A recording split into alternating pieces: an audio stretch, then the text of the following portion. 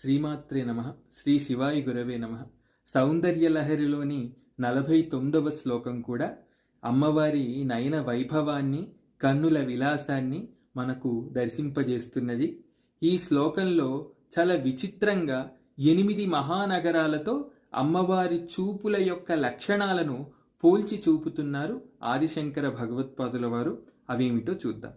విశాల కళ్యాణి స్ఫుటరుచిరయోధ్యా కువలయై కృపాధారాధారా కిమపి మధురా భోగవతిక అవంతి దృష్టిస్తే బహునగర విస్తార విజయ ధ్రువంతత్తన్నామ వ్యవహరణ యోగ్య విజయతే. అమ్మా, నీ కన్నులలో విశాలా నగరం కొలువయ్యున్నది. ఎందుకంటావు? ఎందుకంటే నీ కన్నులు విశాలమై విస్తారమై దీర్ఘముగా భాసిస్తున్నవి కాబట్టి. నీ కన్నుల యందు కళ్యాణీ నగరం భాసిస్తున్నది. ఎందుకు? సకల కళ్యాణములకు ఆలవాలము నీ కన్నులే కాబట్టి. అదేవిధంగా నీ కన్నుల యందు అయోధ్య నగరం భాసిస్తోంది. ఎందుకు అంటే అయోధ్య అనగా ఇతరుల చేత జయింపబడలేనిది. నీ కన్నులు కూడా కలువల చేత జయింపబడనివి. కలువల సౌందర్యం నీ కంటి సౌందర్యం ముందు ఓడిపోతున్నది. అందుకని నీ కన్నుల యందు అయోధ్య నగరం కొలువయ్యున్నది. అలాగే ధారా నగరం కూడా నీ కన్నుల యందు కొలువయ్యున్నది. ఎందుకు? సంతతము భక్తుల కొరకు నీ కన్నుల నుండి కృపాధార స్రవిస్తున్నది.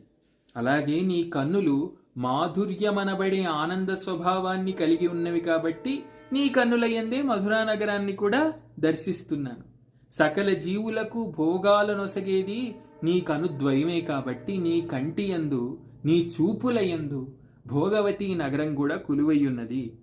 నీ చూపులే సకలాన్ని రక్షిస్తున్నవి కాబట్టి నీ చూపులే అవంతి నగరంగా నేను తలుసుకుంటున్నాను. ఇలా ఆలోచిస్తూ పోతే అంతటినీ నీ కన్నులే జయిస్తున్నవమ్మా. కాబట్టి నీ కన్నుల యందు విజయ అనే నగరం భాసిస్తున్నది. ఇలా ఆలోచిస్తూ పోతే ఎంత అద్భుతమైన కవిత్వం ఇది అనిపిస్తున్నది. బహుశా పెద్దలు అమ్మవారి చూపుల యొక్క లక్షణాలను ఎంచి ఆ పేర్లు చాలా బాగున్నవని తలచి వాటినే ఆయా మహానగరాలకు ఉంచి ఉంటారనే భావన ఈ శ్లోకం చదివితే భక్తులకు కలుగక మానదు. శ్రీమాత్రే నమః. శ్రీ శివాయ గురవే నమః.